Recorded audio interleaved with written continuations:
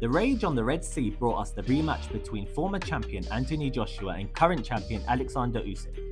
For those who need their memories refreshed, the last fight in September 2021 saw AJ lose his belts to Usyk in a very dominating fashion.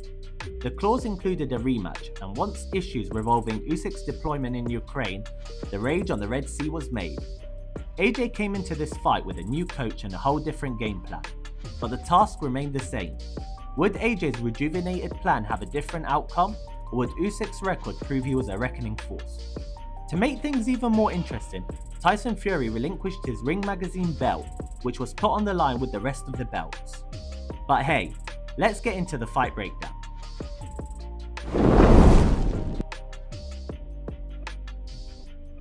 Round 1 showed a change to the first time these heavyweights met. Usyk did not back up AJ, and this proved an advantage for AJ, as he was able to land effective body shots and had clearly changed his response to Usyk's feints.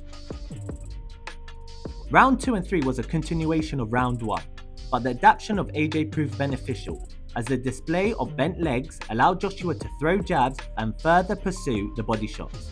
Clearly AJ had the better of exchanges, but this started to change in round 4 as Usyk settled into the fight. Although AJ landed body shots and combination, Usyk was stealing the rounds later on.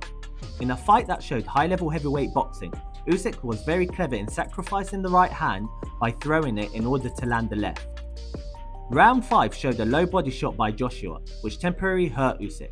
However, the same continued in round 6, 7 and 8, where Usyk was clearly throwing more, and had AJ returning to his last fight, standing stiff and not answering to his combinations. Round 9 had us all off our feet, as it seemed Joshua was hungry and arguably his best round in both fights. AJ was more active and had clearly found his rhythm, which made Alexander seem very static and stationary. But like all great boxers, Usyk came out of the 10th with vengeance on his face and dominated the round with such a good fight IQ. Usyk made it super difficult for AJ, and with tired feet, AJ seemed to relax on the ropes and not find an answer.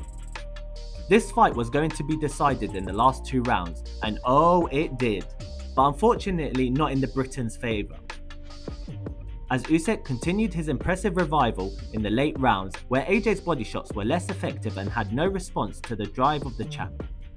The judges had it 115-113 to AJ, 115-113 to Usyk, and 116-112 to Usyk for a split decision win, and still, the WBO, WBA, IBF and IBO and Ring Magazine undisputed, undefeated heavyweight champion of the world.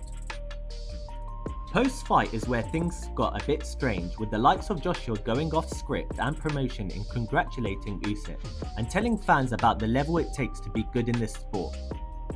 Whilst Usyk kept it short and sweet, he demanded the Fury fight, going even more to state it's either this fight or no fight.